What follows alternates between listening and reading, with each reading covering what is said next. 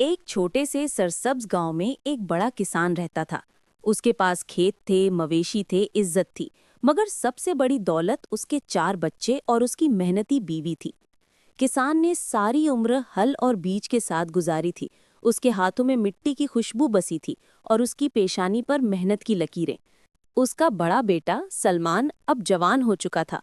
वो समझदार था, खामोश तबीयत का, और अपने बाप के साथ खेतों में काम करता था।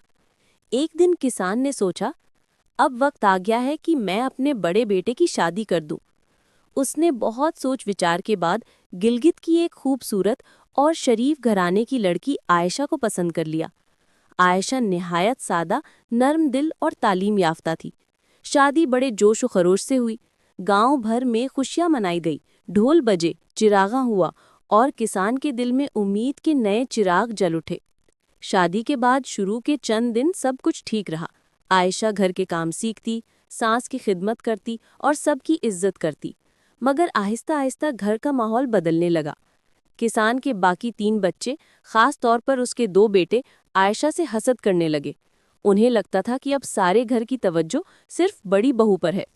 वो उसकी हर बात में नक्स निकालते, उसका मजाक उड़ाते और कभी-कभी उसे तन्हा भी कर देते। सलमान, जो पहले ही कम बोलने वाला था, आहिस्ता आहिस्ता आयशा से भी दूर होने लगा।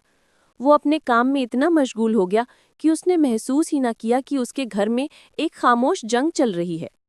आयशा हर रात खामोशी से रोती।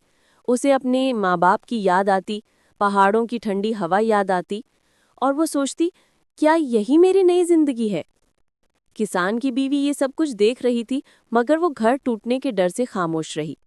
लेकिन एक दिन वो दिन आ गया जब आयशा बेहोश होकर घर के सहन में गिर पड़ी। डॉक्टर ने बताया कि वो शदीद ज़हनी दबाव का शिकार है। ये सुनकर किसान के दिल पर जैसे किसी ने तलवार चला दी हो। उसने पहली बार अपने घर के अंदर छुपी हुई तलखियों को महसूस किया। उसने सब बच्चों को इकट्ठा किया और सख्त आवाज में कहा, मैंने तुम सबको मोहब्बत, इंसाफ और इंसानियत सिखाई थी, मगर तुमने हसद और नफरत सीख ली। ये बहू इस घर की इज्जत है, तुम्हारी भाई की जिंदगी है। इस दिन के बाद घर का माहौल बदलने लगा। सलमान ने भी अपनी बीवी के दर्द को समझा, उसके करीब आया, उससे बात करने लगा। दूसरे बच्चों ने भी आहिस्ता आहिस्ता अपना रवैया बदला। आयशा के आंसू अब मुस्कुराहट में बदलने लगे। किसान को यूं लगा जैसे उसका बिखरा हुआ घर दोबारा जुड़ गया हो।